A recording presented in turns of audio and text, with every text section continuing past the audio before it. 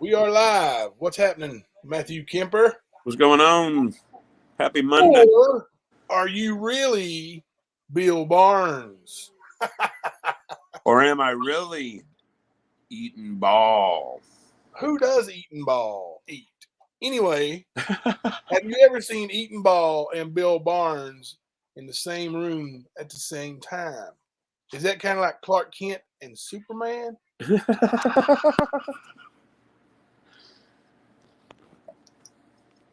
Looks like we got one person. When did you send me that message that says, "Hey, bro"? While back, before you even showed up, you probably doing something.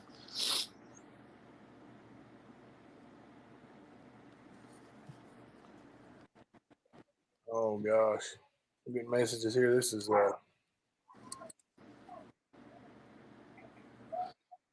What's that, bud?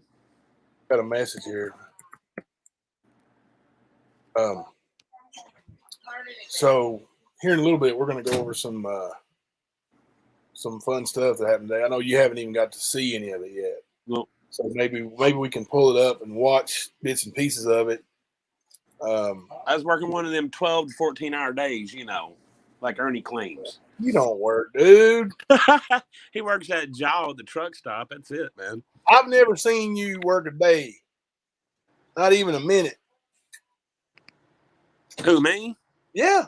Hell, not many people can. That's how good I am. It's that damn Clark Kent stuff going again. And We're going to give us a live stream when Ohio State plays Kentucky in basketball. Hello? Did I scare y'all by saying that? Sure. You there? Hello, Sophia. Sunshine and Apple Pie, Incognito. How you guys doing tonight? Or should I say gals? Hope everybody's having a good Monday. Okay, Michelle, go put hubby to bed. We understand. That's good to do. Good to go. We'll be waiting right here on. We'll still be talking. Sunshine and Apple Pie. You don't watch sports? You there? You know what? My wife does not like sports at all, and we've been married for 29 years. We have been together for almost 31 years, and my whole life, until other than her and my kids now, revolve around sports and always has. Like, I was an athlete. I played basketball from daylight to dark when I was growing up.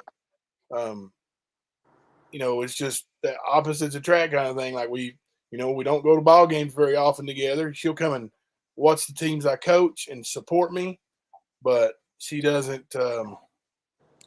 She don't get into it. She don't. It's not her thing, but it works for us. So, just thought that was a little. You there, man? Cool little thing. Yeah, I'm here. You not here? Okay. My internet kicked me off and I came back. I didn't know if I was backstage or what. Talking to the ladies here in the chat. Where you at? I'm over here trying to figure out why my internet's being stupid. Come on, man.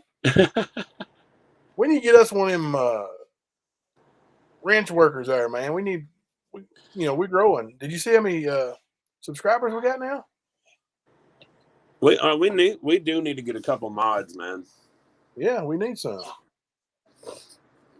I got a couple in mind I'm going to ask, but yeah. Genevieve heard balls and she hesitated. Well, not that kind of balls. It's basketballs. We're talking about football, baseballs, hockey pucks. I got you, didn't I? You thought I was going to say hockey balls, didn't you? Hockey masks. Woo-hoo. I know where you can get you a good Friday the 13th mask. I know where we can get a couple of them, some really good ones from Tony Jarvis, man. Tony Jarvis. That's where I was going with that. Where do you think I was going with it? I don't know, man. Talking that Michigan shit. Don't start with me, sir. That was a very appropriate last name for the first name being Michigan.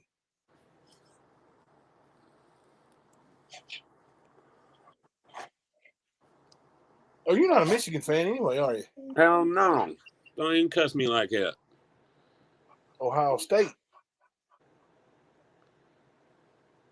Ohio State's one of the best teams to ever field a football team. Griff gave you a wrench tonight, and you was like, what the hell do I do with this? I didn't know Griff had a show tonight. I would have probably watched it. I didn't. Michelle Lucas, that was my high school's mascot. The same as South Carolina's. Of course, Cott County, you know. The Gamecocks, the Cott County Fighting Gamecocks. We're the Fighting Cocks. We didn't even call ourselves Gamecocks. I wonder how long it's going to be before that's politically incorrect. You know, I don't know, man. But imagine all kinds of mascots. You know, that's literally a fighting rooster. So imagine this. Imagine listening to the sports announcers calling a Cott County versus Morristown West game, where a host of Trojans wrap up the cock at the 5-yard line. You know, I'm sure he has a fun with that. I'm sure he has some fun with that. Oh yeah. The little team that I coach, the elementary school, we're the Trojans. Oh, that is right. Yep. Did you see? What's his name? Got named the Raiders head coach today. No, who got it? Josh McDaniels.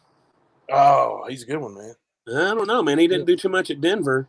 He's the one that drafted Tim Tebow. Raiders are good, man. Do what? Raiders are good. He's out of the Bill Belichick camp too, so he'll be fine. He'll do good there, I think.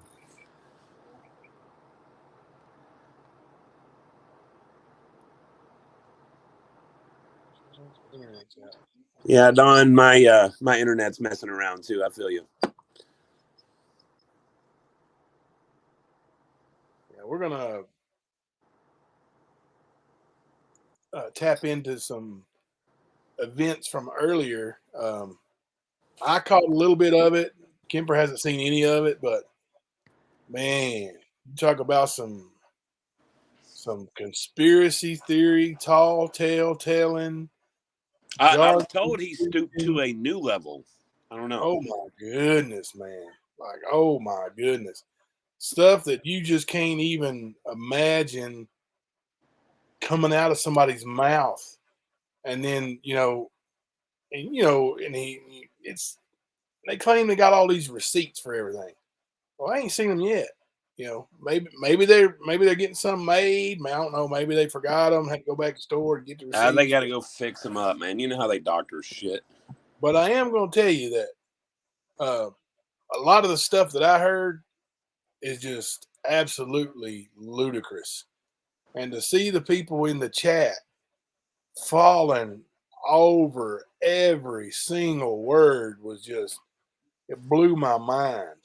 Like, this is so funny. Well, I mean, not for nothing. You sort of have to consider the QAnon angle because he does dabble a lot in those conspiracies. And there are a lot of people out there that believe that's nonsense. Yeah. And this isn't me speaking anti-Trump. This is me talking QAnon. Yeah, it wasn't just the conspiracy theory stuff, man. Like, just a little thing. No, I'm saying they will eat it up. Those kind of people are very susceptible to it. Oh yeah. That's what I mean. Yeah, sure. Don K, he better leave Casey alone and her kids alone. Is that Loose Lips? Is that the female he's been attacking relentlessly here last couple of days? Yeah. One of them. Like, I listened to her chat a little bit earlier.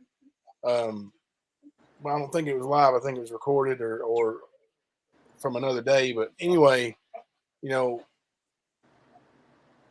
sounds to me like he's just picked a fight with her. Like, she didn't agree with whatever he was saying or something. I don't know. And which, anybody with a sound mind and, I don't know, halfway intelligent way of thinking wouldn't agree with some of the stuff he says, like and the just fabricated jargon he preaches and throws out there. Yeah. So she's just one of the people, I guess, who asked him a question about it, questioned his all his good deeds, I guess. So I don't understand why she was attacked. I saw what he said the first time, like he dared her to use his name. I dare you, call my bluff, and I'll have. Hell, he even told her to take down stuff with him. Yeah, or he's gonna have her kids taken. Yeah, call CPS, the right connections. Now, what's the deal? Like, if you're really a good person, okay, you don't threaten somebody's kids, or to take them from their parents. Thankfully, she kind of laughed it off, and she's really not worried about it because there's nothing to worry about anyway. Right. But for him to let on like he can decide to do something like that, I don't see how that doesn't openly make him evil in everybody's eyes. Well, I mean, on top of the fact that the reason he is doing it is because, and I mean, I'm just going by what I heard him say. He said something about her calling him a pedophile and said something about shooting him in the face or something. I don't know. But regardless, let's go back to that first one. Called him a pedophile. How many people in the past fucking week has Ernie Shell called a pedophile, insinuated was a pedophile protector, and people that we know are not those things? You get what I'm saying? Like, this cat, you better quit. But this is the same shit he does. Just like Tina. Hey, who can't go live? Is that Loose Lips can't go live? If you have a way of reaching her, like we'll have her on the show. We'll let her come on here and talk. Fuck yeah, we will. Come on here and tell her story. We'll listen. I mean, we're open to hearing whatever from whoever, even Ernie. Ernie wants to come over here and explain himself. Tell why he's doing what he's doing and be honest about it. Come on up here, Ernie. Say what you got to say. Don't think you're going to come on here and yell at people and threaten people, because you'll be out the door just as fast as I kick you out of the house. Sorry. I mean, you just ain't gonna put up with that kind of stuff. No, I hear you. I'm just laughing about you kicking him out of the house. Yeah, but if he wants to come in here and be an adult, and honestly, I don't think he's capable of it. I mean, maybe he can pretend long enough we can get a conversation. Dude, he left that video tonight. Like it was on his channel and Predator Hunter Nation channel too, I think. But like he logged out of there. He was talking about all these awful things that happened to him, and then he's because he's a super soldier, and then he said he blamed he said something about they would control his mind when he was trying to lay there with his wife and lay in her arms and was he thinking homosexual thoughts or something? Is that what he's talking about? No, he was saying that those they were controlling his brain, I guess, and then he would. But anyway, then he all of a sudden he says, "But the trolls ruined that." Like saying the trolls, the haters and trolls have we ruined his marriage, and that is the farthest thing from the friggin' truth there is. Thank you, Don. Thank you very much. We would, we'd love to have her on. Let's see. I'll send you the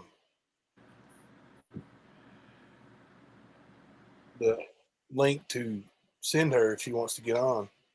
Just a second. Let me find it. I was actually not even watching him.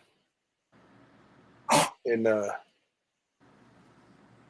anybody's can send me a link or tell me where I can find that video and because I didn't have time to really go back and watch. I was getting some other stuff prepared, but we'll pull up that. Yeah, we'll pull up that video and play a little bit of his. Hello, Gossip. Hey, Gossip. You ain't missed much. We just settling in and getting started talking a little bit. So how's your day been? Genevieve, I don't think I welcomed you in. How's your day been? I'm the nice guy. Matt don't care about y'all. You know, he's mean. That's me.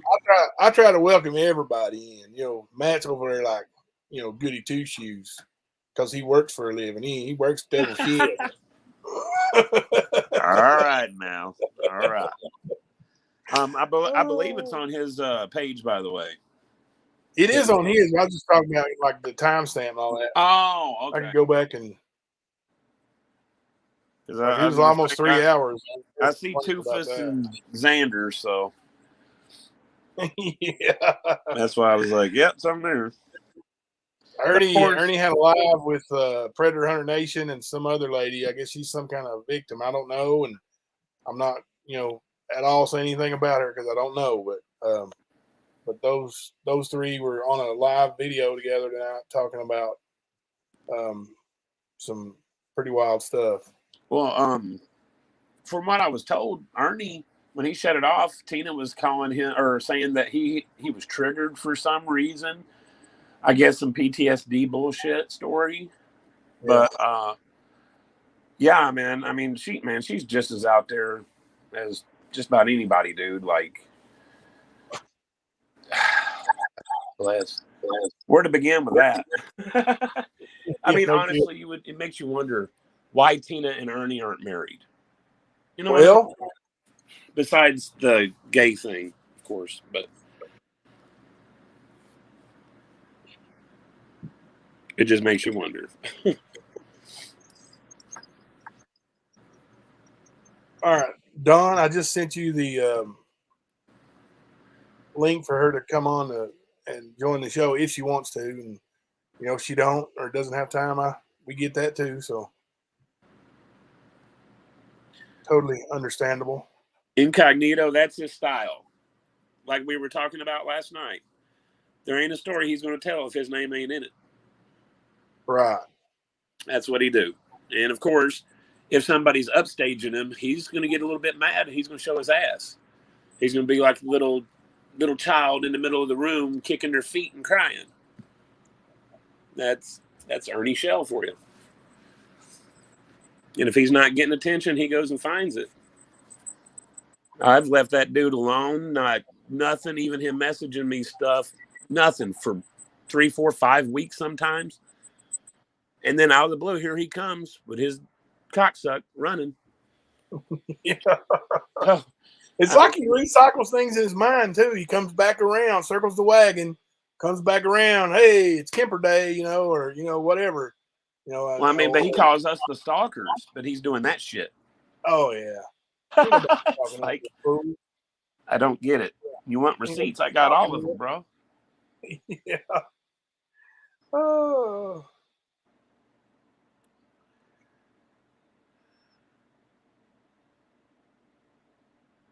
Right, she got upset. So, does anybody know why she got a strike? Yeah, that's what I was going to ask. What's the?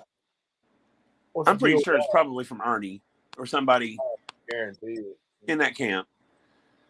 I mean, because dealing with them for as long, huh? If she actually said that about shooting him in the face, that would get you a strike, right? Yeah, I'm sure that would probably do it. But even Ernie would be the one. Ernie would be the one to report it, though. Is what I mean. Oh yeah, 100%. That's all I'm saying is Ernie or Tina or Xander. Yeah, right, exactly. Because I mean, that's how they've lost a lot of pages because they picked battles that they eventually lost. With their second Predator Hunter Nation page, and well, that TikTok money's gone, folks. That's all I can tell you. Copyright strike from GG. What's GG? Because we're new to this, and I don't want to get hit with something like that either. Is that? He's probably somebody on YouTube, man. maybe one of you guys could tell me, is that the reason that Doug and Benny and some of these other creators have like their channel and then their channel 2.0 and several versions of their channel? Is that the reason why they do that? Is so in case they get a strike on one channel, they can still be heard on their other channels?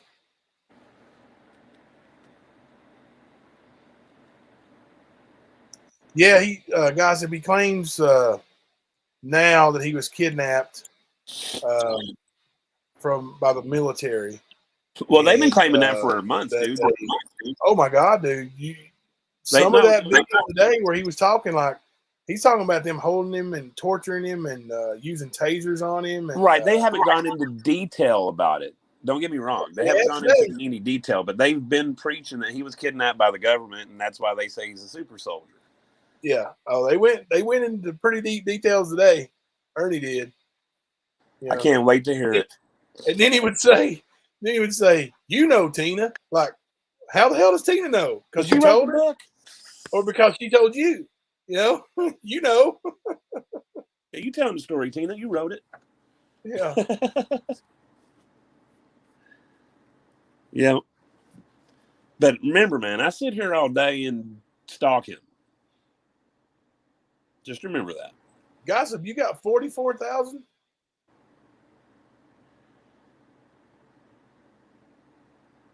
Well, that's up in the big leagues right there. Yep. That's swinging some cock, man. Hey. Sorry. Hey, what it?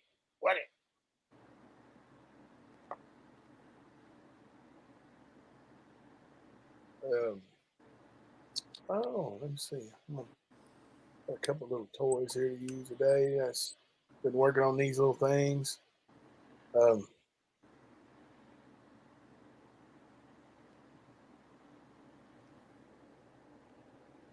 You there? Yeah, I was reading your message. I just got it. I'll look for that though. I don't see. Yeah, a lot of it sounded like basic training kind of stuff, but they put some real twist on it today. Did you hear? Did you watch their show today, Genevieve? Yep.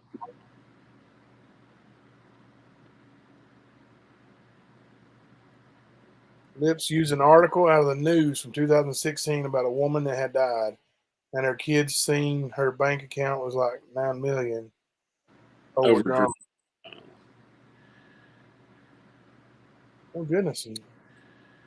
You think newspaper articles would be fair game as far as sharing? Ernie couldn't survive praising son. Well, listen, he goes on in classic Ernie fashion. Just a little bit I was listening to there. He said, "I've been tased 3 times. Twice it was consensual." So, and then like a minute later or 2 minutes, he starts talking about how they held him in captive and tased him and ran prods over his body and like. Did you just not say like you were tased 3 times in your life and 2 of them were consensual? I don't, he don't even keep up. He don't even cover his own lies with, But he don't care to because he's got so many coming out. It's all cluttered. He just keeps moving on to the next lie, dude. That's what, and it's hard to keep up with. And the people that follow him, they just move right along to the next thing with him, and they don't care that he's been outed on lies. Like this thing with him claiming that the government, took over his brain and screwed with his marriage, and then the trolls cost him his marriage, and he jumped off there. Trolls didn't cost him his marriage. Do you have those screenshots to show them, dude? I'll pull them up right now. May have to read them there, Kimber. Can you? Hold on. I got man eyes. It's really hard to read it, man. Yeah, let me pull the screen up here a little closer. All right, I was asking Melinda, which is Ernie's ex-wife, the mother of his only child.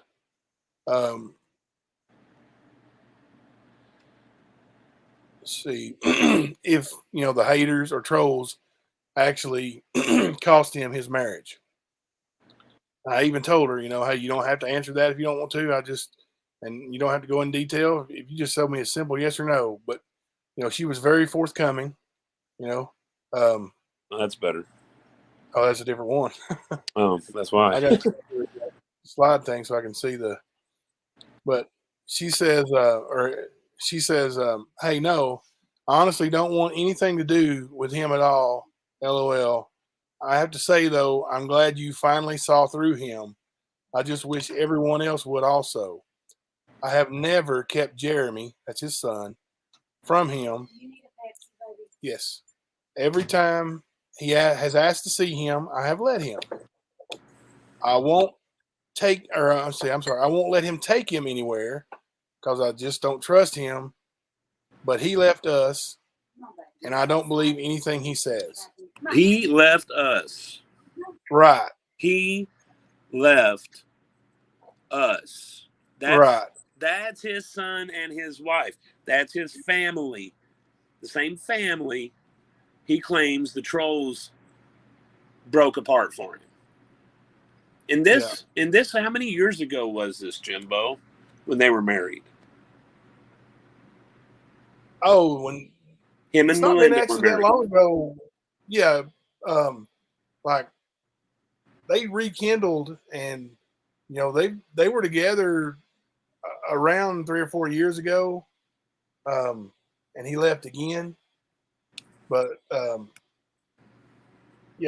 but it's, gosh, I don't know. I think when Ernie got arrested that time for child support, I think Jeremy was around 5 or 6 years old. From what I understand, she said he was little in her text. But it's been more than 2 years. Would you say? I think so. Yes, absolutely. Definitely more than a year. Yeah. Okay, that's where I was trying to get with this. The trolls, the ones he's talking about right now, have not been around him for a fucking year. Well, a few of us, it's going on it right now, but that's about it. So, you see the lies that the man is telling. That's all he's capable of, bro. Mm-hmm. That's all he's capable of. Yep. And, I mean, he would rather, even if there was something true about one of his rescues or so-called rescues or bounty hunts or whatever, he would rather tell you some glorified version that he made up and added stuff to as to tell you the truth. And, yep. That's just sad. But like you said, man, you met him on his lies. And I'm pretty sure that's the case with everybody. I'm pretty sure only Ernie knows the truth, and it's pretty hard for him to keep up with too, I'm sure. Yeah. But yeah, he's just a shitbag full of lies. That's it. Just like him claiming to have killed a guy that had shot one of his bounty hunter friends in cold blood in, what was it, California? Yeah, he went back to that again today too. Did he? Yeah. Now, do you still have those screenshots I sent you of the claims? Oh, yeah. Yeah, I can pull up the messenger, but I've got messages that I don't think I sent to you yet, but he was in Corbin, Kentucky on like December the 3rd. Yeah. Now this guy was murdered like December the 5th, and then in 2000, was it 16, 17? 19. 19, my bad. And like on the 6th, they got the guy who killed his supposed friend. And that's when Ernie claims that, well, he tries to be all coy about it, but you can tell he's saying that he was the one who shot him. Ernie said it last night. Yeah, he wasn't there. He shared news stories on his Facebook about it and stuff like that. But that's what he shared with me in private chat. Yeah, but he was in Corbin on December 3rd. I've got messages from him asking me where he can get some stuff done in Corbin with his vehicle. And then on December the 15th, I've got messages where he's been in the hospital for 5 days in Georgia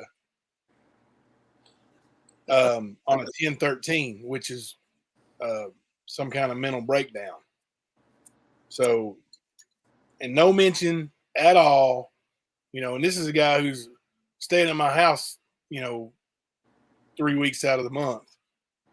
No mention at all to me ever about him going out there and hunting down the guy who killed his friend and stuff like that.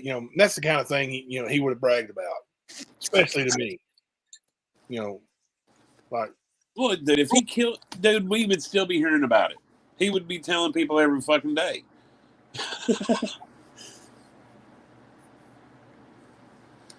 Yeah, he said he was questioned about it. He what? He says he was questioned by the police about it. Yep. All right. Well, I know he said last night that they straight up told him he shot the guy. Yeah. Ernie Shell fired that last shot. He's a sniper. So anyway, the next slide here. She says, I said, thank you for answering my question. She said, yes, I finally gave up trying to make people see that all I did was take care of him. My family hated him, but would never have tried to have him killed because I told her, and I showed her screenshots, that Ernie claims that her family was trying to have him killed. Yes. That's the same Ernie that has a murder for hire everywhere he goes. Somebody's trying to kill him. I've got dozens of messages on that too, but that's for another time. But anyway, she said, I've been at my job for almost 17 years and have never, all capital letters, had any help with Jeremy's expenses at all. I forgave him and believed his lies too for many years. But there comes a point when you have to realize what he really is, and I'm so glad you saw it too. Maybe one day the rest of his followers will see as well.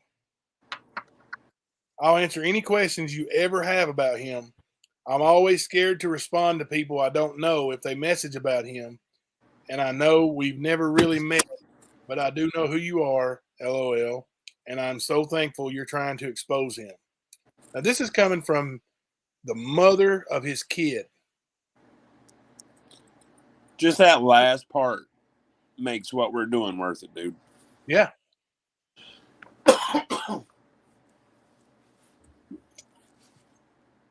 And, and Ernie talks about saving all these children all the time. But, man, how can you, even if it's true, even if you are rescuing kids and being a hero, that's good. But for me, like my kids are my world. My 4 children, I want to be their hero more than anything else on the face of the earth. I want to be their hero. It would break my heart if I wasn't in their life. Like, I don't even know if I could do it. I don't even know if I could make it. Some people are built different, I guess, but I couldn't, there's no way I could be without my kids and then put on a facade like I'm a hero to other kids. There's no way.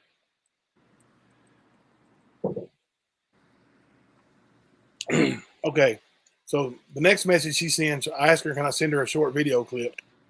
I said that claims he's sued tons of major companies, but has never won. Oh, no. I'm talking about Chris Severe.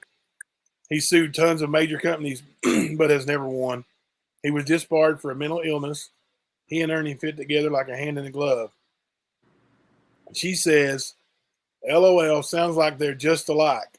All he's ever wanted, Ernie, was free money and a lot of it. So, yeah.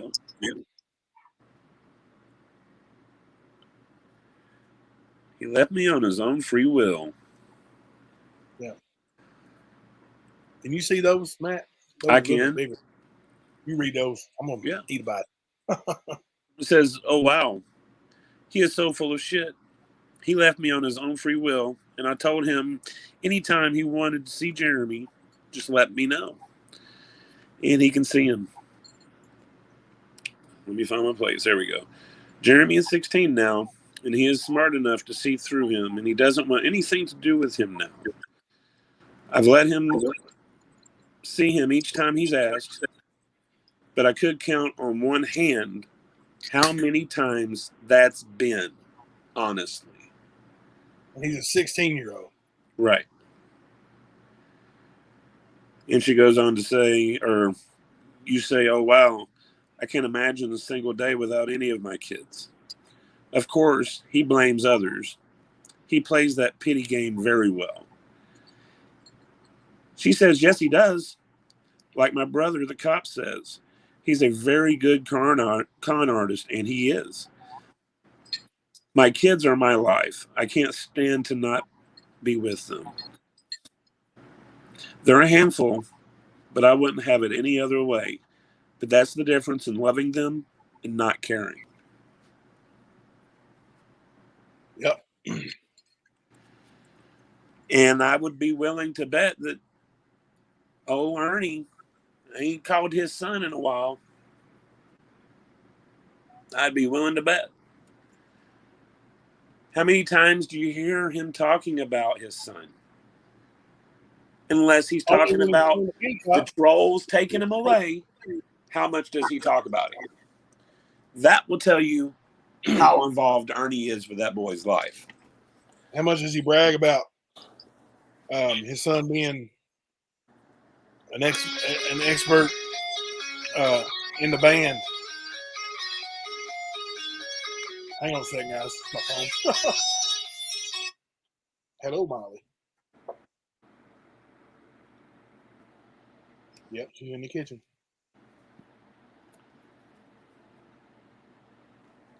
Huh?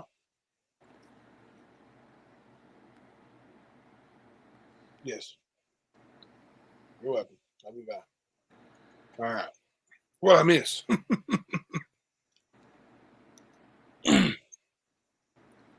You there, Matt? Yeah, I'm here. Sorry, I was reading comments.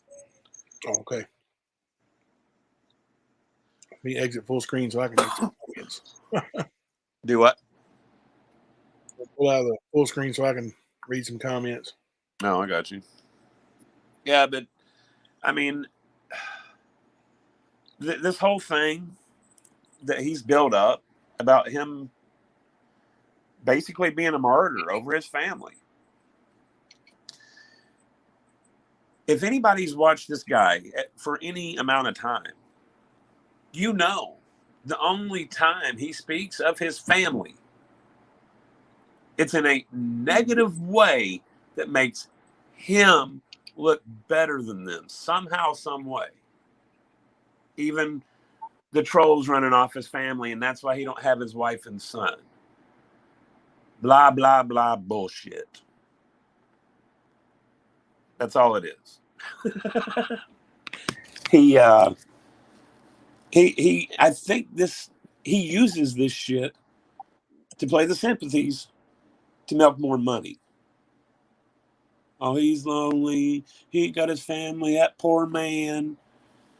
You know what I mean? Yeah.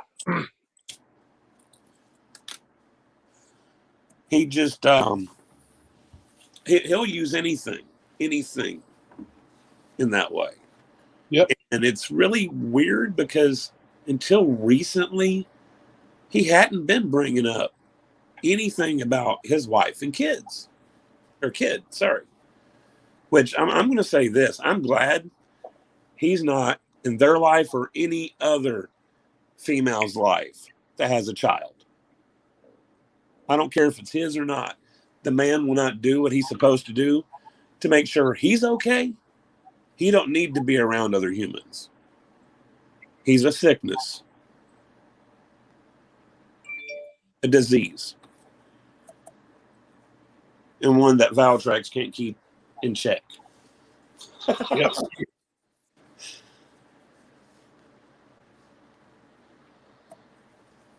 Right, Genevieve. Ernie is addicted to himself.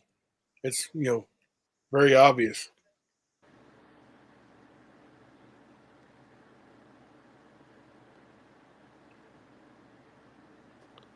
Well, that's the narcissism, man. Yep. That's gosh, man, just like the textbook definition of narcissist is that person. I ain't gonna call him a man. That person. I mean, like we talked about, he will not. There's not a level he won't stoop to. He will No. go and keep going lower. Yep. And it's only to serve Ernie Shell. That's it.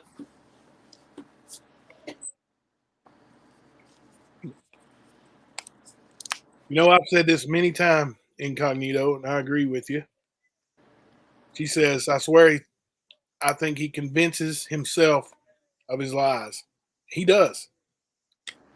I have no doubt in my mind that he believes everything he's saying now. He said it so much, and if you'll listen to him, like, it never changes, like, word for word. Like, it sounds rehearsed almost. Like when he talks about his brother, the justice system released a savage line on a helpless community. And then, just other little things he says exactly the same way every time. He'll go on somebody's live, 5 minutes later be on somebody else's show and say the exact same way. It's like a comedian that tells the same joke. If you go watch the show at 7:00 and you go back at 8:00 expecting to see something different, or at least body language different, something. Yeah. No, it's rehearsed. Mm-hmm. The whole thing, his whole not for life. nothing. I would say that he's probably got some lives, quote unquote, that nobody but Ernie has seen. Quite a few of them. He is that. I mean, the selfie stick king. He's going to have some of his own personal collection. Oh yeah, and probably some twisted ass shit. Considering what we're hearing, geez, think about that one. Yeah. Has anybody got the timestamps on the Ernie show? What's that? Anybody got the timestamps on, like, when he started talking all that craziness?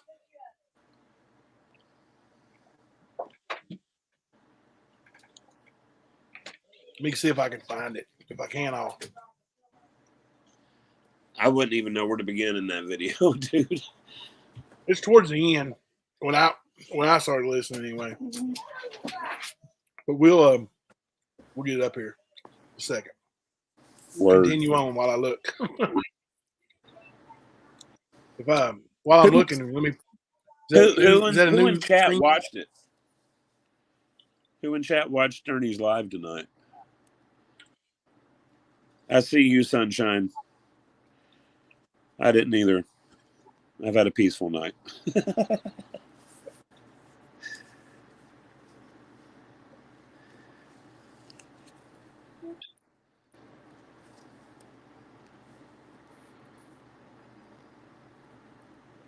I don't.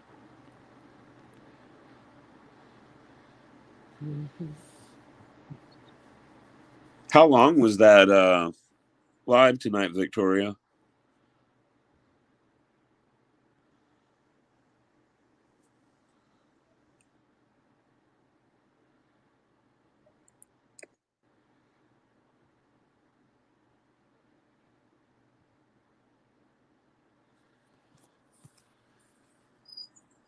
Okay.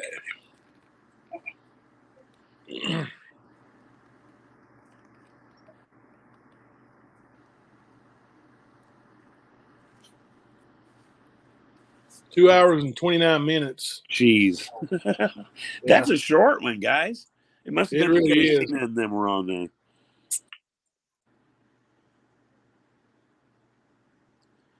I'm going to start at a certain point and then we'll stop. dissect a little. We'll just listen to what he says here.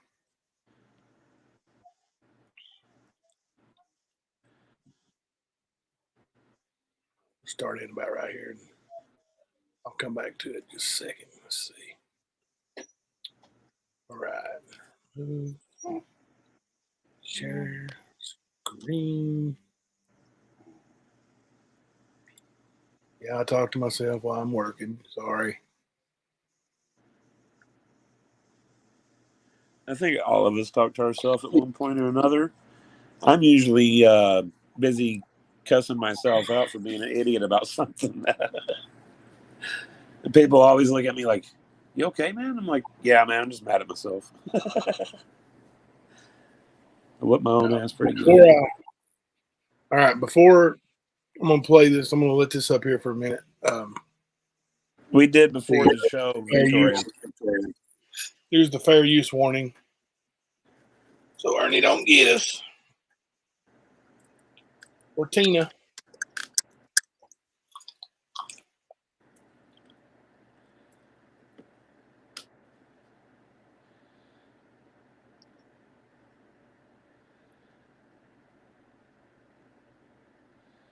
All right.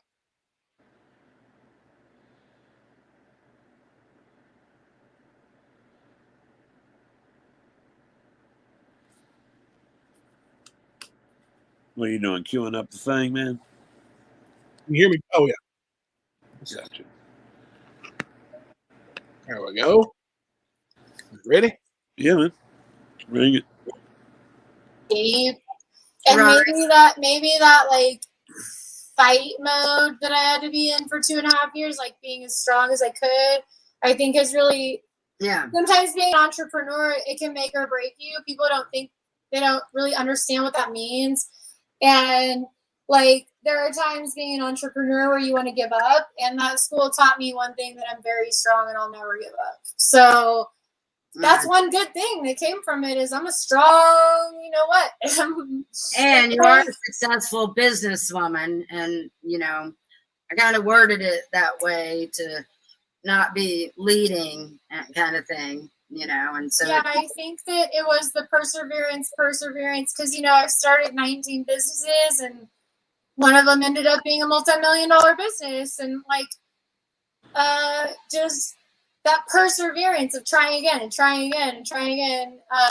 One of my favorite things about that place was teaching us to climb mountains and hike and rock climb. And, you know, that's not all bad stuff, you know. No, it's great stuff. I mean, I would like look at the brochure and be like, oh man. I know, like, if I had $60,000. Other parts, they just saw this like really cool camp for kids. Yeah. Know? I mean, in Sunset Magazine, like in the 90s, you know, like let's send them there. So yeah, which goes back to even if the brochure looks fabulous, parents, you know, like get in there. Be careful. That's the advice that would be for parents. Because look, if your kid is on drugs, if your kid overdosed, you want what's best for them and you're desperate. And the last thing you want is probably to send them away. Mm-hmm. But these people are very convincing. Mm-hmm. They're very good at marketing. And what you need to ask is the questions like, who works here that has a background or a PhD? Who, you know, what is the daily curriculum? I want to see the dorms.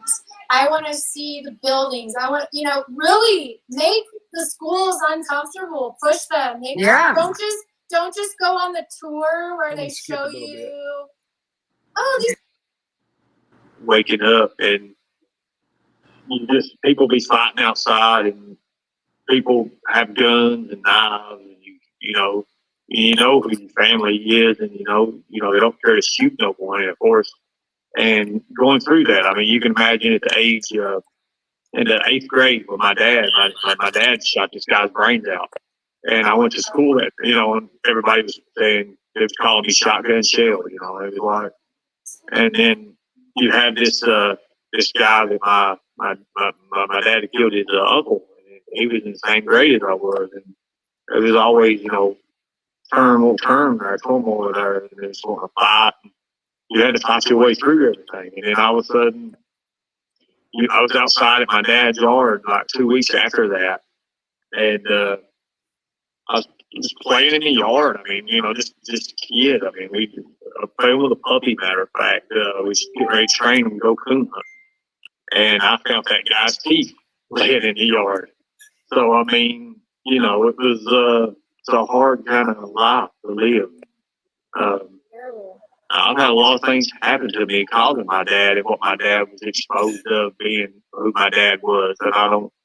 It's a good way to get the government after you're out here just doing that, just talking about him. But look up my dad. You don't see nothing about him at all. You can't find nothing about my dad because they hid it. Yeah, they hid it. They hid all my stuff about my dad. Try to find out where my dad killed that man. You can't find it nowhere on the internet. They hid it. They hid it because he was their main guy, go-to guy. My dad was. Wow. So that's it. That's it. Right. And being in a part of that, my dad was one of the last ones in the 70s in the 78 who was exposed to that. So I was born in 79. And that was just a blood trait, family curse.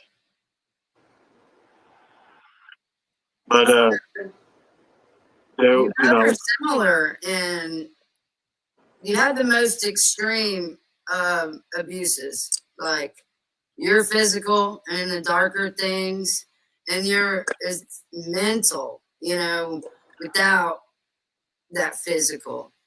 So your situations are very much, same age, time period, and everything. Mhm. So, But still, you can't find nothing. You can go back and you can say, you can look up murders and stuff that happened in the 50s and the 60s, but you won't find nothing on my dad, what he done. You won't find it. What was crazy was after the research I was doing, and then Paris Hilton coming out with the Breaking Code Silence, the website CDUlegacy.org was taken down. mm-hmm. And it had a lot of breakdown on what went on in the Prophecies, like step by step. It had the manifestos. It had the art the kids did. I mean, like, it would literally step by step walk you through each workshop, and then somebody tore it down. I think it was It's not easy finding information on your schools that is bad information. I mean, it's out there. We've had to dig. It's very, very surface level. when I was in St. Charles, they would take like the kids, because we was young. I mean, we was 15, 16, maybe a little bit older. I mean, and they would take the girls, and then they would put us up against. They would put the girls in front of us, and they would like let the girls. I mean, this is like weird. This is weird as hell. And I didn't, back then it was, you're a kid. You're really a kid. You don't understand what's going on. Yeah. But they would take the girls and they would put them in front of you, and let the girls let you talk to them all day long. You sit and talk to them. And then they would take the girls away, and then you wouldn't see these people for like maybe 3 or 4 days at a time, and you would just they would put them back, and they would be like, you would have these projects you had to do, but then they would drug you up. I was on Zoloft, Buspar, Tegretol, Clonidine, Depakote, and I was on it like 3 or 4 times a day, and I would walk around literally like a freaking zombie. Yeah. And you just didn't know, everybody would just be walking in, and we was kids. I mean, we were really kids. And then I remember I had a really bad overreaction to one of them. They took me off something, they're supposed to put me back on it. They put me back on it, and it was just awful. It was just like really, really awful. And I remember walking by, and I'm sitting here looking at this clock, and I'm getting mad. I'm getting like angry, and I don't really understand why, but I am. And they're making you go to these therapy classes where you're all pretty much just honest. You're medicated, and they take, and if you don't, and they try to start trouble with you, and then they would throw you in this big old room and lock you up, and you would be there for hours and hours and hours at a time. So Awful. So it was wild. But I was a kid. I was a kid. When I got out, they had a bracelet around my ankle, and it was crazy. So, Jeez. but I had to wear a monitor, and they didn't want to let me go anywhere. And then when I first turned 18, when I turned 18, they took it off and everything for that. But that is, that's a lot happened. When they found out they always knew who my dad was. They would put us through. They'd have people like with my mom. My mom was the state police and stuff would come talk to my mom, and they would be like, talk to her, and they gave her PCP and angel dust, and they found out her coverage because she was helping with take this one person down. I don't know. My family was all in like law enforcement, and my papa's brother was a police officer, and then everybody was. It was bad. It was really bad. And I remember when they first put me on these little bitty tiny. It was real tiny, but it was real powerful.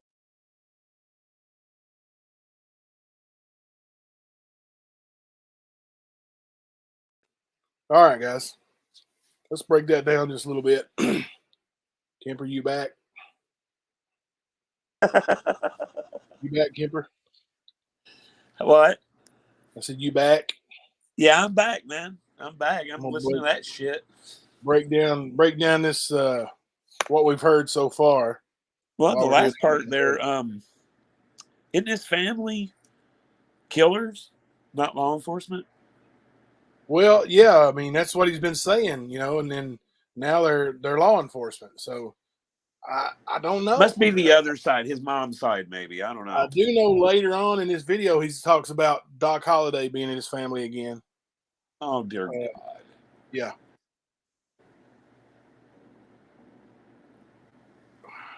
Doc Holliday. Yeah. Wow. He watches too much Tombstone, man. Now, I've heard him quote it, and that's probably why he's riding that bullshit. He's there's so much, like the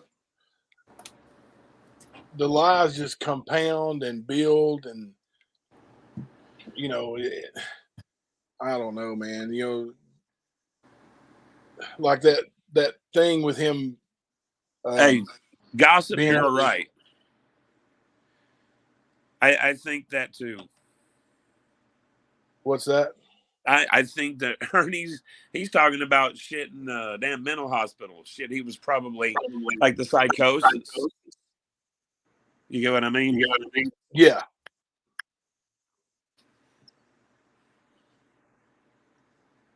Because we do know he's been in a few mental hospitals, not for as long as he should have been, but he's definitely been in them. He's no stranger to them.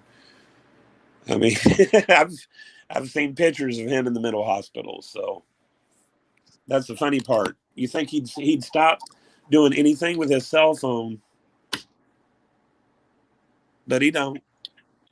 If you were to take that man's cell phone away, he would break down. You would see somebody lose it quick. That's his lifeline. Well, that's why he's got several phones. Like, he's got stuff stored in those phones, like that are basically his memories. Like, he talks about.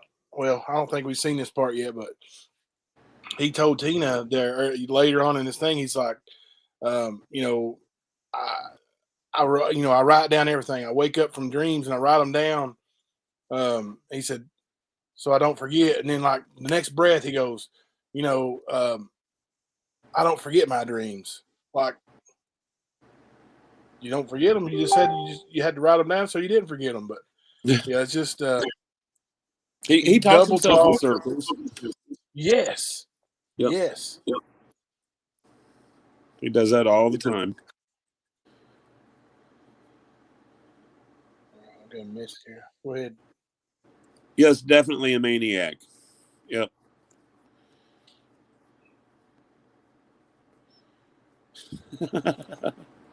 Yeah.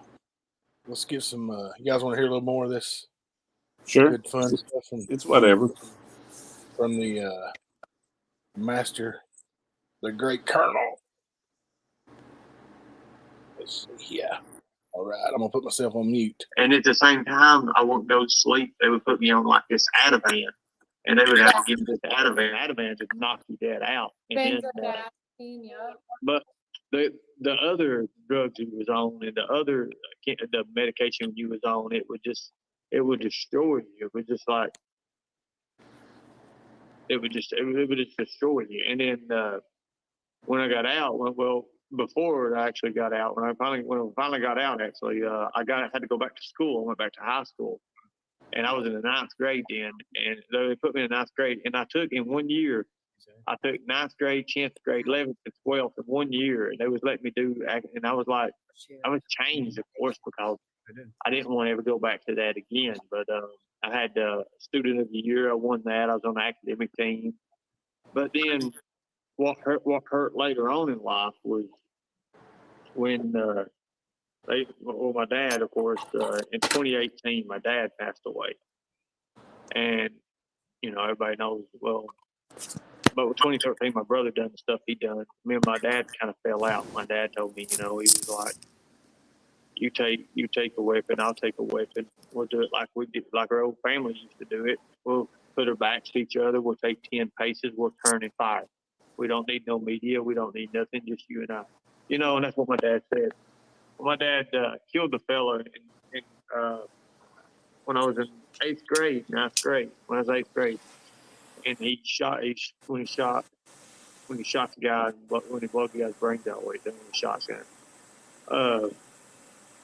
My brother got into trouble. My dad was going to whip him, and I took up to my brother because my dad whipped him with a dog chain. And Yes. he was getting ready to go whip him again, and I got in front of him. I took up to my brother, and I remember he pulled a 38 out and put it in my face, and he said, "You ain't my son." He said, "I don't believe you're my son anyways." And he said, "What's to keep me from shooting you like that?" And I said, "Dad, I ain't like you.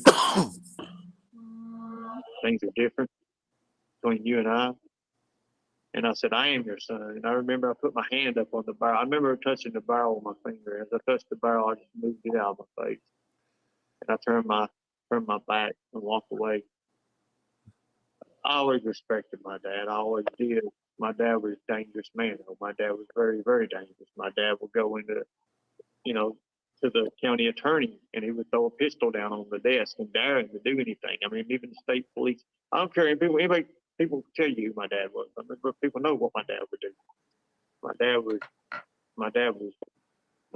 that. He was that person. He was the person to, put you out of this world if you didn't do what he wanted or whatever. But anyways, he, when my dad, I didn't know my dad. I know my dad was dying, but I didn't know he was going to die today. And I hadn't been there in a while, and I just happened to stop by my dad's house, and my dad was dying.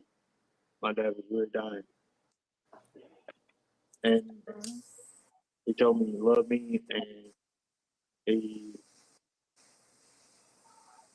one of the kids wasn't there. And he said, "I'm not going to die right this year." And he fought it. I mean, my dad would go to the doctor, and they would tell him, they would talk to him for a whole second.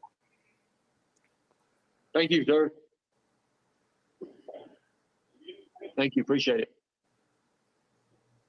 I always respect your military. Always. Because they're the ones that really get in it, especially if it's ones that spend out there and Their jobs. with it. That's Nice. funny. When my dad was in a wreck. Before my dad died, he was in a wreck, and he was thrown through the windshield.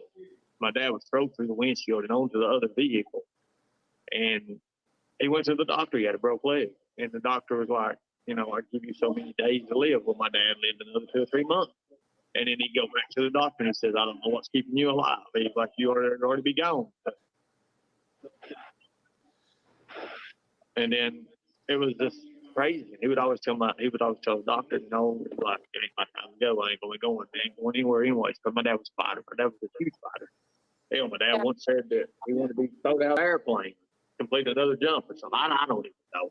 And we was like, are you going to pull the chute? Yeah, I'll think about it, But I'm like, good God, man. And then when he died, he was sitting there, and we was all there. I mean, it was just, I don't know how it happened, but we were just there. And he was waiting on my sister to get back up. They went and done something to go get some more people. And as they was coming in, and, he was dying, and it was like the thing went off. It, and we had people there, and it's had a little monitor thing on his hand, and all of a sudden he just they pronounced him dead. I mean, literally. I mean, the guy was walking over, dead, and they said Zach or somebody's coming with his son, and it just like like he lived, like he just can't, like he just, I don't know. It was just so weird. And then, of course, he waited to tell him he loved him before he died. Wow. And then, I don't know, it just, but my dad, if you want to look at who my dad is, I mean, he once shot a guy off a motorcycle. I mean, like, he shot the guy literally with a sawed-off shotgun off the back of the motorcycle because my mom killed him. And then my uncle was already going to prison, already jumped, and my uncle had shoved an axe handle up a dude's ass and left him on the railroad track. So I mean, he was already going to prison, and he was like, "Well, I'll take it from here, and we'll go. I'm already going. I'll just add it on to mine." And back then, hell, you get his Bloody Harlan. I mean, good God, man, it was just something. It was just, you can imagine just growing up in that, living through that, and having to be just everything. I mean, and then them finding out with the government shit that was all involved in it. I mean, even when I was divorced and then they're trying to get back together with, my ex, and they was infiltrating her, and then it's like they are now. I mean, I know who's behind and all that, but then they tried to get me to have another baby, another kid, because they could take the kid and do what they want to do with the kid. I mean, my brother already gave his DNA and shit up to him and everything. So, I mean, there's a lot of things that happens behind closed doors, guys. It's not what it seems. It's not what it seems. And that goes into the genetic targeting, and well, my great grandpa, he lived to be 134 years.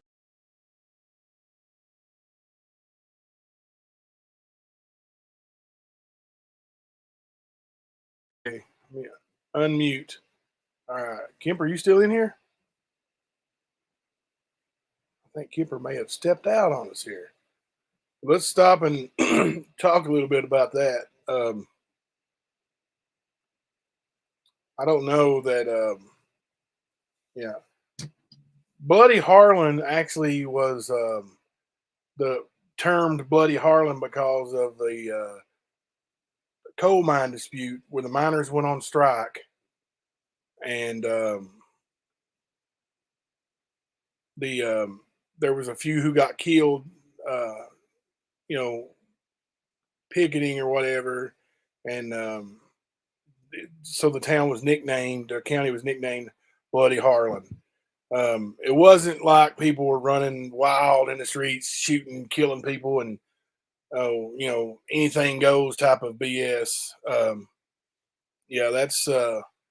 That's just Ernie's way of projecting his story as believable. Like, I think he's already named 3 murders his dad's committed, and supposedly got away with it. I was looking through my messages last night when Shelby's trial was going on. Actually, it was right after, and there was some stuff that happened or wasn't allowed to be put in or something that Ernie claimed that the mafia took care of for his dad. You know, he said my dad took care of that for the, you know, or had the mafia take care of that for him. So just all kinds of craziness.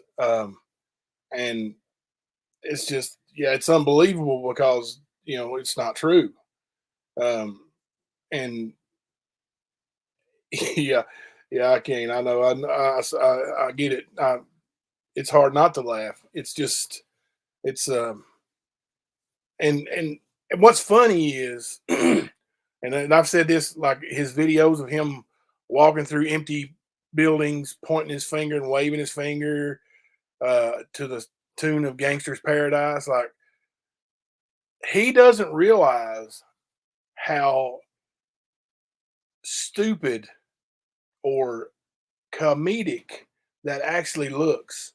Like in the stuff he's telling, these outlandish lies, he doesn't realize like he is the new Tiger King. Like he's a tiny little man with big old stories about how, you know, vicious his family is and you know, but he's the good guy. You know, it just doesn't add up. There's some more things. He's almost finished telling his stories. Let me throw this on the warnings back up there. Let me we'll go back to the stream here and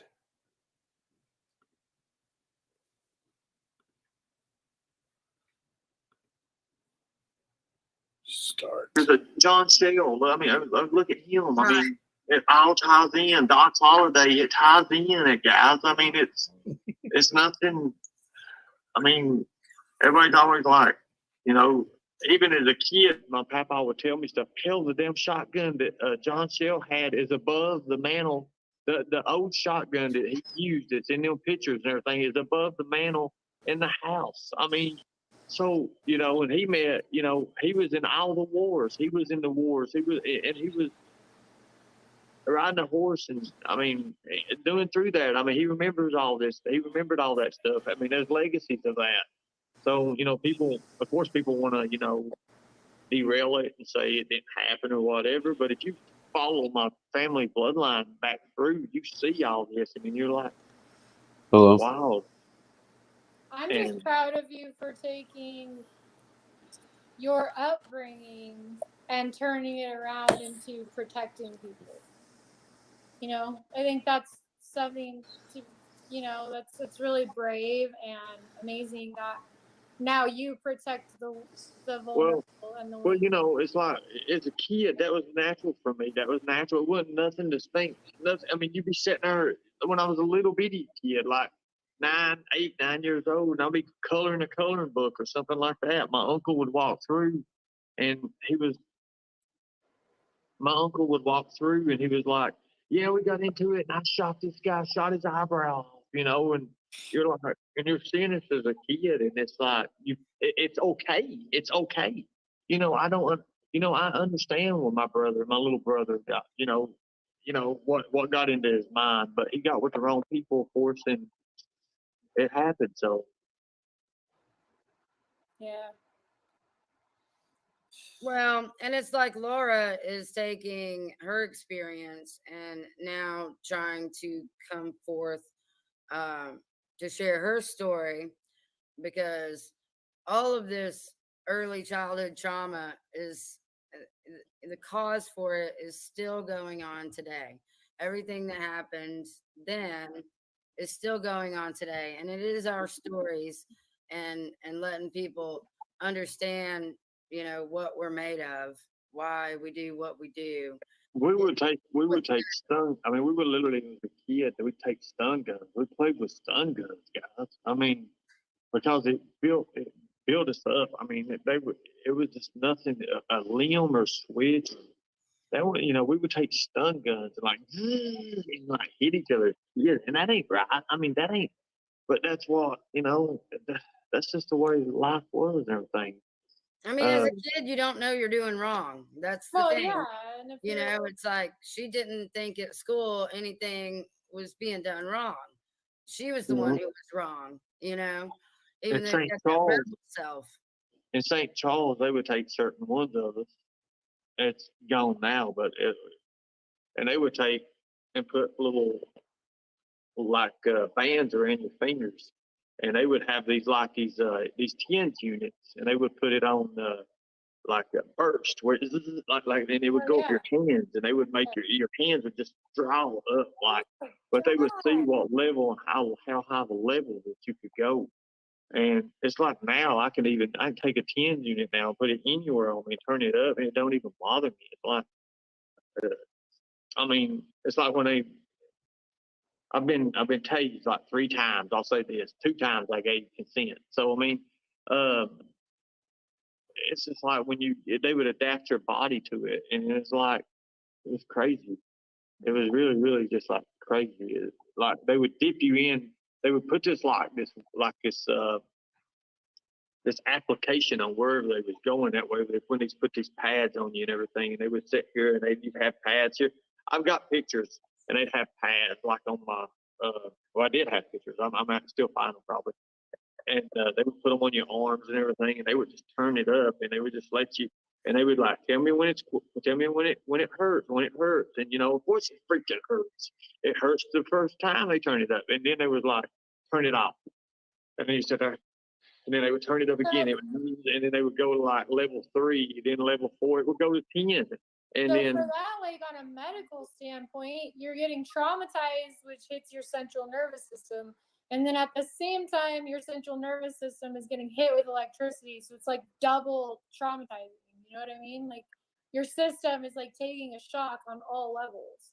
Well, they would let it go on for like 5 to 10 seconds, and they would turn it off, and your body would automatically, you would like tense up, and then all of a sudden you would let loose, and then they were like, okay, we're gonna do it again, and you'd already be ready to tense up, but they wouldn't do it, and then as soon as they got talking, they'd hit you with it when you wasn't expecting it, and it would just, your body would just like your muscles and everything would just tense and tighten, and I don't know, it was weird, and they would make you stand in this like jail. You would stand in this jail that way it could duck better.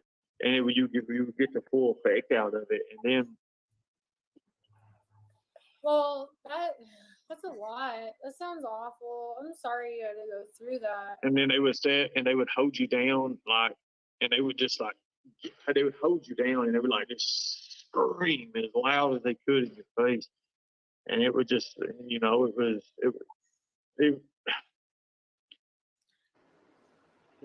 break you.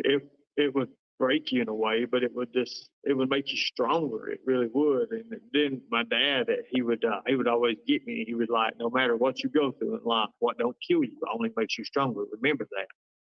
And then he would just, I mean, he would do these experiments like where, you like get in there and get a dog and see how long you can hold its mouth shut. And it'd be an older dog or something like that, and they're powerful, and they would bite you as soon as it would, it would automatically bite you, and you'd be bit. And he would try to make you just, I don't know, it was just a lot of stuff. So it's like what my experience was, like you said, psychological to break you. Yours was physical to break you. But the ultimate goal is to break you down, to try to program you to be another person than you are. Well, It's both extremes of MK Ultra. So you guys have 2 different extremes of basically the MK Ultra program. Well, and the whole time, even, when you abuse stuff and everything, that's afterwards, Tina. I mean, good God. I mean, like when they found out and you actually signed a dotted line and they bring these like needles in, and it's like, it's a pin, it's a circulated needle, and it's like got different kind of things in it. And all they got to do is brush by you and just touch you with it. And then you're like, it's crazy. It's just, I mean, for the longest time, I mean, I had it. You remember I showed it to you, Tina? Yeah. On my hand, I had it, and it was like all of a sudden, and they would before and everything. It was just, It did, guys. It damaged me. It did. And then they would get to my ex, and then when I try to get back with her, she would, you know, I don't know. I mean, it made it worse. I mean, I would have to be sitting there cuddled up with her, laying there, or, you know, just loving her and everything. And I loved her. And then all of a sudden, she would look over at me, and she'd be like, "I'm trying to get you this cologne or something like that." And I'm like, "Oh, that's cool. Thank you, honey. It's for you." And then she'd be like, "Yeah." And then she named another guy. Another guy wears it. And it would just like break you down inside. You didn't want nothing to do with them. And then they would have. It was just crazy. It was just like. So somebody asked what MK Ultra is. Yeah. MK Ultra originated. There's different forms of it. Right? I mean, from Nazis, and it's basically mind control, but there's a lot of elements to it.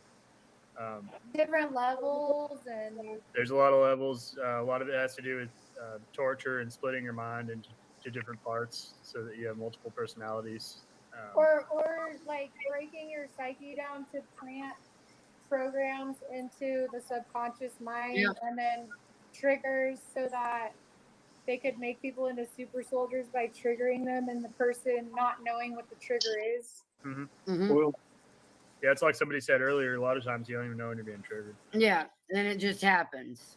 Well, my family, my mom, there was a lot of like, people don't believe this and everything, and people don't know this about her family, but there was a lot of the masonry, and there was a lot of masons. Papa was a mason, and you know, and there was a lot of old timey witchcraft and old timey stuff that went on. Like my mom took part of a lot of things, and she don't now, of course, but I've seen her do things. I mean, it was amazing. Like we went when we was in South Carolina. You know, we visited South Carolina there. Sorry. We was in Cowpens, and if anybody knows what Cowpens is in witchery, you would know that the history of all that was that. And they would burn witches into stakes and stuff like that. I mean, God. Cowpens, look up Cowpens, South Carolina, guys. And yeah, Lori, you're jackpot on the video. I know. He's laying here. He's like, You're robot. He's so full of shit. I'm robot. Somebody's robot. Mm-hmm. Nina Xander, you're robot. Yeah. Anyways, but they would. Well, I mean, I'll give you examples. I'll give you examples of some of the stuff I remember. When I was 3 years old, and I was on my little bicycle, and I was at my uncle's. My uncle's down the hill from my mama's, and that was the time when the bands and stuff would run, and I was just out on my little bike. I had a little red bike. I got a picture of it. I've actually got a picture of this, and I was gone for 3 days. Nobody knows what happened. I don't hardly remember anything. I don't know what happened, but I do know that, you know, the only thing I could see from these people was this, like their arms and stuff, and like, you know, they had like this stuff drawn over on their arms. But I never could see the faces because, I mean, I don't know if they just blocked it out or what, but all I could see was just like the writing and stuff on their arms, and it was just the thing.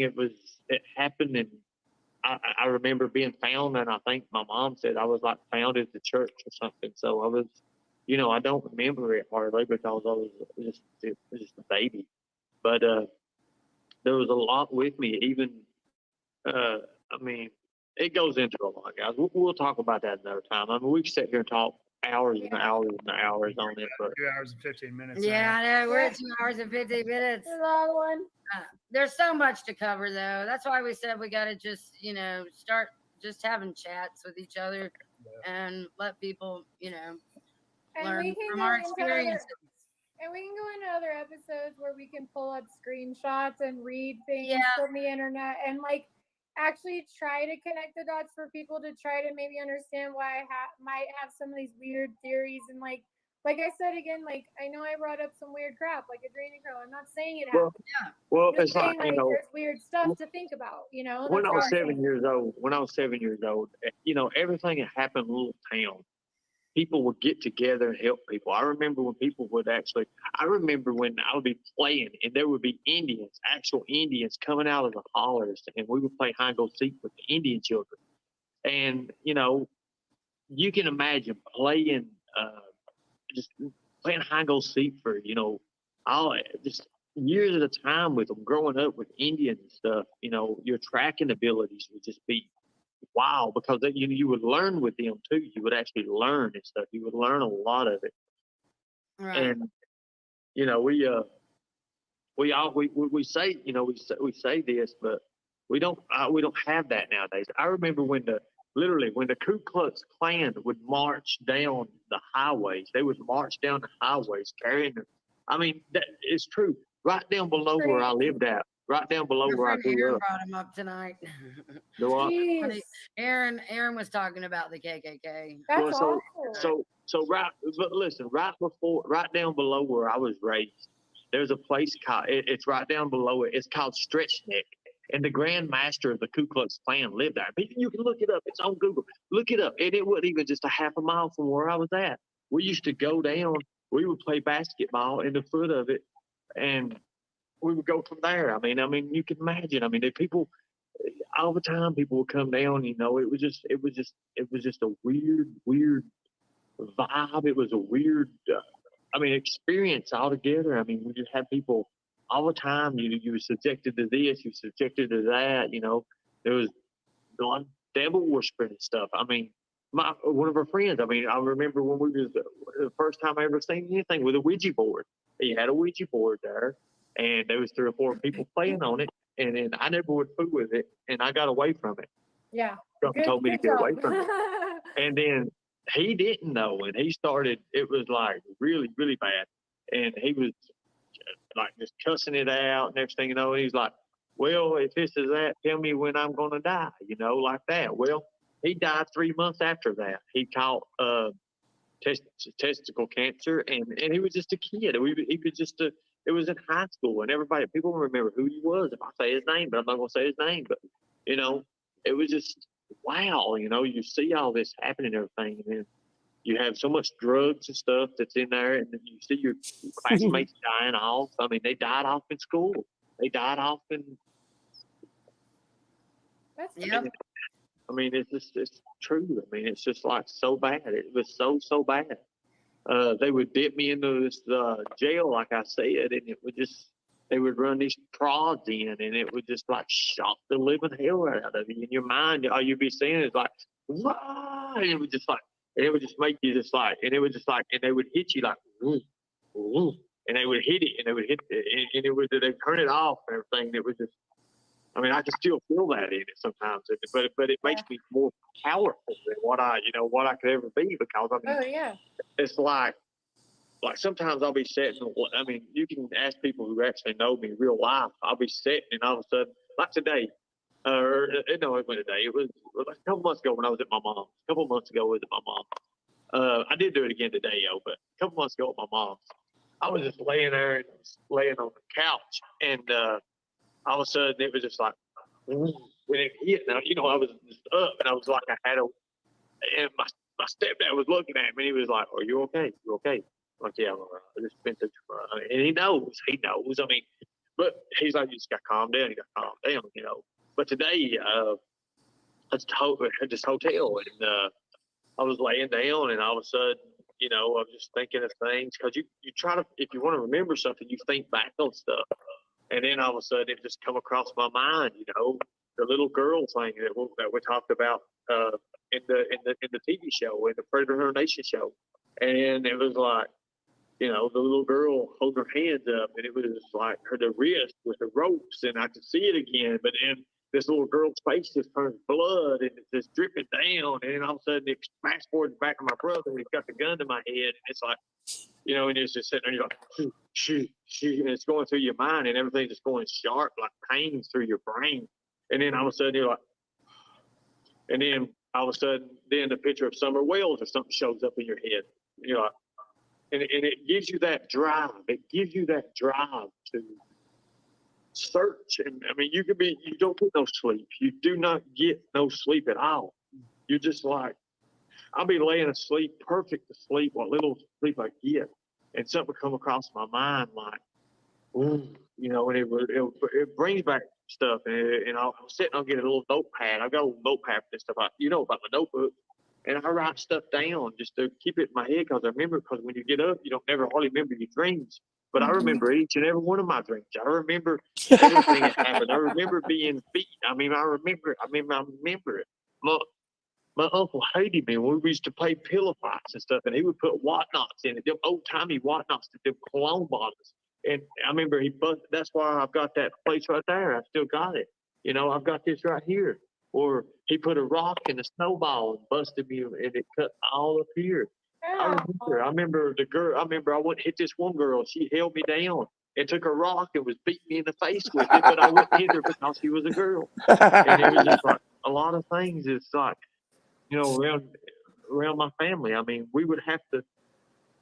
My dad was like, if you was in school and he'd come home and he found out you backed down from a fight, oh my God, that's the worst thing you could ever do. Not only would he take his mining belt out and whip you, and he wouldn't whip you with the belt part. He would hit you. He would make sure when he would fold the belt up in a way the buckle would be in the leather, and he would hit you with the leather part, but you still feel the impact of the buckle. Oh. And that was just.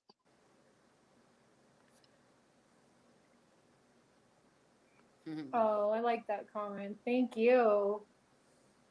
I get triggered on it. I ain't, like the other night, I was talking about the bounty hunting days and stuff when James got killed, when James Black got killed, and everybody Here thought we that I was go. the one that killed James God. Green. Everybody thought that. I mean, they had it on the thing. They was like, how did it get? Because it said that the department and that shot him. They gathered up around him and surrounded him, and they killed him. But he killed James Black in cold blood. I mean, he killed him in cold blood.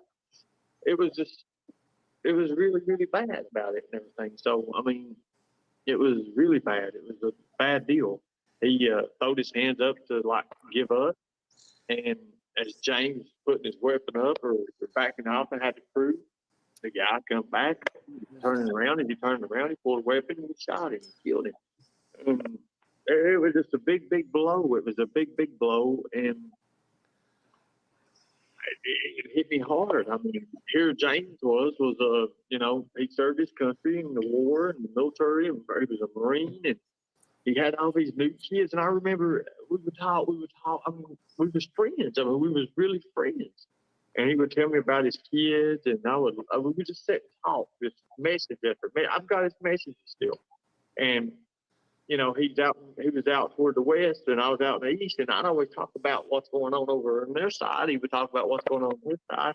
But anytime we could always go on the Future Recovery Network, and we could talk with each other. That's where I got my brothers at. Duke's one of my best brothers, and we would talk and just learn so much about each other and their places and how we hunt and just different things. And the next thing you know, when he got killed, it was just like, I remember Gene's another one. Gene contacted me and he was like, "Hey, bro," I said, "I already see it, man." I was sitting there looking at this article and I just couldn't believe it just happened. And then Byron got killed. And when Byron got killed, Byron ran out around with Indianapolis. I used to box in Indiana. I was a box pro in Indianapolis. I had a pro license. And then when Byron got killed, it was just like, he got killed on the wrong reasons. It was just bad. And then all of a sudden, when that happened with James, it was just like one right there, another one was losing life. And then my buddy AJ got killed. He got stabbed, and I told him not to go out. They wanted me to sign it, and I wouldn't sign it. And then he got killed, and I don't know. He got stabbed. And I begged him. I said, "Don't go out for the insurance. Don't do this." It was on Christmas, or it was around Christmas time there. And I said, "Give every one of them the time off. Give them money." And they didn't. They had to go get this freaking fugitive. And I remember when they arrested this fugitive, they brought in SWAT and all this bullshit. Everybody, and they caught him in a bathrobe. I mean, like he was going to be dangerous in a bathrobe when they should have just put more people on it. They talked to 4 and then just let 4 people. And then they wouldn't put more people. I said, do it with 6. Don't do it with 4. That way you got your stuff, covered. And they asked me, they're like, "Are you going to come out and go with it?" I Kitty wants to love excuse you. myself for that on that. Because, I mean, I could have been there for him. I didn't because it was Christmas time. I want to spend Christmas with my family. What fucking family have I got now? You see what I'm saying? It's like bullshit because it motherfucking fucking trolls and shit. So, I'm done. I gotta go. I'm done. Thank you. That's a lot to think That's a about. lot. And I mean, you saw the trigger when it happened. Oh my God, Tina's tooth is the trigger. Control yourself, boy. Sorry. Oh dear God. Oh, his vagina is soft. Weak. Dude. Wow. Is that not great? Oh man. Oh God. Dude, you weren't lying, man. He definitely went down memory cliff there. Definitely. I'm telling you, man. I'm telling you. And he covered everything, man. Like, I mean, is his dad a hero or a murderous convict that gets away with everything because the government uses his DNA to make soldiers with? Dude, I don't know. no. See, that's the thing. His dad was the Beast of Bray Road in Wisconsin. Remember? Yeah. Ernie was supposed to go make that kill on Halloween night so he could become a full-fledged Lycan. This man lies about everything. His dad's got as many personalities as he does. So says Ernie. Right. That's what I'm referring to. I'm not disrespecting his dad. I'm disrespecting Ernie for being a douche. Right. Well, listen, all that said, all that stuff that's been said and by Ernie and everybody else, and even like, let's assume everything that just came out of his mouth is the truth. Then why does your dad go to his grave disgusted with you over his other son, who is a confessed murderer? Mm-hmm. I mean, the family disowned him for it, didn't they? Not just yes, him. they did. Right. Yes. They chose a murderer. Yes. I mean, that says a lot.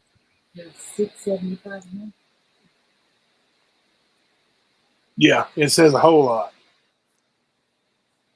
I mean, in this, well, first of all, this Doc Holliday shit. I mean, Well, and then John,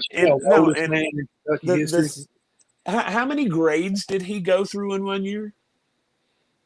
The GED king. How many grades was it? 4? All 4 of them his freshman year. You know what he said? Is that what he said? Well, I know. I'm pretty sure he said he went through all them. Huh? He's a fast learner. He said that on there too. Yeah, but the motherfucker can't spell. Oh, I know. What is this? Learn by picture? He likes to call it hooked on phonics, don't he? Man, he can't even spell phonics. He can't spell Ernie. Yeah. Somebody else has to do it for him. He's got to make his mark.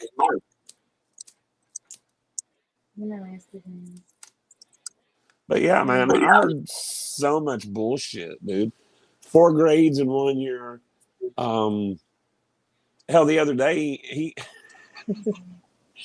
he said he was very distinguished, talking about his education. And that's how he described it. I'm like, yeah, the GED man, the man that he can't make a complete sentence in text. And I'll tell you, he don't write in text. He tries to write normal, English. But he can't even. You've seen some screenshots of messages back and forth between me and him. Yeah, he can't spell for years shit. ago. Yeah, like before he was able to use spell check or type to text, like it was a freaking mess to try to determine what he was saying. Like, Well, it's just, texting is probably what's helped him learn to spell a little bit. yeah, maybe. I don't think he spelled that good anyway. I think he just, No, I didn't say it was. Autocorrect is a mastermind. Oh yeah, he thinks it writes it. Yeah. He's got to guess right. I guess Prayer Gardens. I guess Don Wells is on Prayer Gardens. Oh, tonight. really? That's cool. I That's guess cool. so. That's what somebody was saying there. That'll piss Ernie off. Awesome. That'll give us some Oh, more good live stream yeah. material. Next thing you know, Prayer Gardens will be Attached involved. to us in the whole murder for hire. Yeah, or involved in the disappearance. Well, that's what he's trying to tie the murder for hire to. Oh my God. He So- has. Yeah. I mean, he tied me, you, Tracy, like 5 other people from Newport together. And then tried to tie Benny to us through me. Well, And just he- because you and Benny killed that man up Michigan, don't mean you got to drag everybody else into anything. Dude, no. Dude, I wasn't even in the state when he claimed I killed the guy. Benny said yesterday on Ernie's Live he hasn't been up here in 5 years or better. Something like that. I don't know. But Nope. yeah, I mean he's got them stories, folks. He cracks me up. He's Jethro Bodine, but he's educated. What's that? London? Oh goodness. Well, yeah. I am going to have to cut it short here in a minute, though, and going to do a little research. And also, I'm going to listen to that Prayer Garden thing before watching a movie on Netflix. Word. Movie with Kevin James, you know. Heck yeah. So Man. are we going to be coming back here on Wednesday? Wednesday's good with me, guys, if you want to. Yeah, we'll have to do it Set it for Wednesday. And earlier in the so- evening. We're going to have more people in chat and get a good round table going, you know. I got a message actually from a guy who I'm not going to say his name, but he actually is from Everett, from the community in Harlan where Ernie grew up, and he went to the same school, Everett's High School, that Ernie went to. And I just now noticed this message, but it says, "Playing with Indian kids. That fool ain't seen an Indian in Harlan County. Plus, he went to school at Everett's till he quit or whatever happened to him." Yeah, like That's funny. I've got messages like there was a lady who sent me a friend request. I don't know, a couple months ago, and then I sent her a message and said, why are you sending me a friend request? Because I see that you're from Everett's. Are you friends with Ernie? I don't want to, have no gossip going back and forth and spying on me and all that stuff. And she's like, no. She said, I know Ernie, and I just my friend was telling me about some of the stuff you had posted, and I was wanting to see it, and so we went on to have a conversation, and she told me about how she, went to school with Ernie, same, time frame and all that. Said that Ernie's just notorious, even in school, for making up outlandish lies about being a professional boxer, even before he was age 18, a professional fighter, trained in the arts of ninjutsu and just crazy stuff. And that people, would come to school and beat him up just to show him what a little bitch he was. Yeah. And, it's just people who know him. Like all these people that are following him on Facebook, They don't know shit. Yeah, they don't know him. The people who know him know that he's they can't believe that there's that many suckers out there that believe the stuff that comes out of his face holes. Well, I can tell you this: the popularity that they had in Newport, I can see it. Because they're looked at the same way in Newport, Yeah. whether they want to realize it or not. Because, of course, Ernie says that Olcott County is scared of them. No. That's not true. Not at all. So, but yeah, they had no fan club. They might have had 1 or 2 members if they had a club, and yeah, and then the same popularity followed Ernie Right. to Newport. Yeah.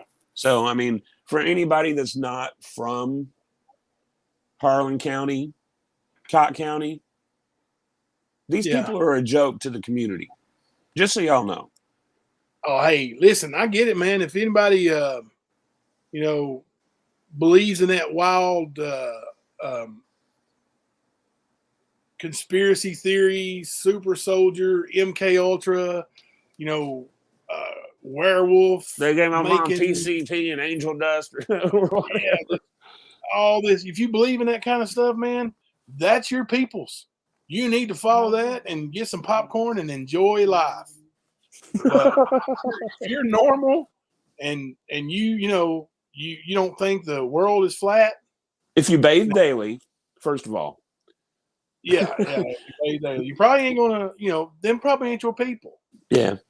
You know, yeah, I've seen Ernie go through relationship after relationship after relationship because the girls think he's a pretty boy, but when he actually meets these girls and has to spend some time with them, in large part, they have enough after a day or two. You know, sometimes a week. I've seen it last for a month or so, but never anything significant, and always leaves on bad terms, owing them money, having stolen from them, or claiming they're crazy. They are crazy. So, you know, there's definitely a type for Ernie, and I'm sure that you know, well, everybody can see how much in love Tina is with him. That's his type. Like, and she better be careful. Like, if I was Xander, I'd be worried. Ernie done threatened to shoot him once, and everybody's talking about how, you know, everybody can see it except for Xander, that how she's got the googly bedroom eyes for Ernie. So I'd be careful, man. Like, he's easily removed out of that picture. Yeah. You Oh yeah, for sure. I mean, as much as Tina's taken up for Ernie, and as much as Ernie has tried to throw them under the bus, I mean, that's sort of questionable on that, man. You know what I Yeah. mean? Like, you can see the insanity. We don't have to tell you about it. You can see it. Oh yeah. All you got to do is pay attention. But, you know, we ruined their business. They know it all. They're going to be suing us soon, dude. Oh, I'm still waiting to be arrested. I'm still waiting for that. Profile of you getting arrested? No. That's old Ern. Oh, West Virginia. that's when he sued all them wrestlers and won. Yeah. Yeah, it looks like he won. Won his Mhm. one-way ticket to the Hooskow. He was about to be the pivot man for about, what, 30 days, was it? 21 days. Well, I can't remember. He said both, so. Yeah. Well, all right, guys. Wednesday night. What time you want to say, Kemper? Let's say about 7:30, 8 o'clock. All right, we'll set it for 8 then. All right. Everybody have a good 8 night. o'clock Wednesday night. Yes, sir. Good night, everybody. Thank y'all for hanging out with us.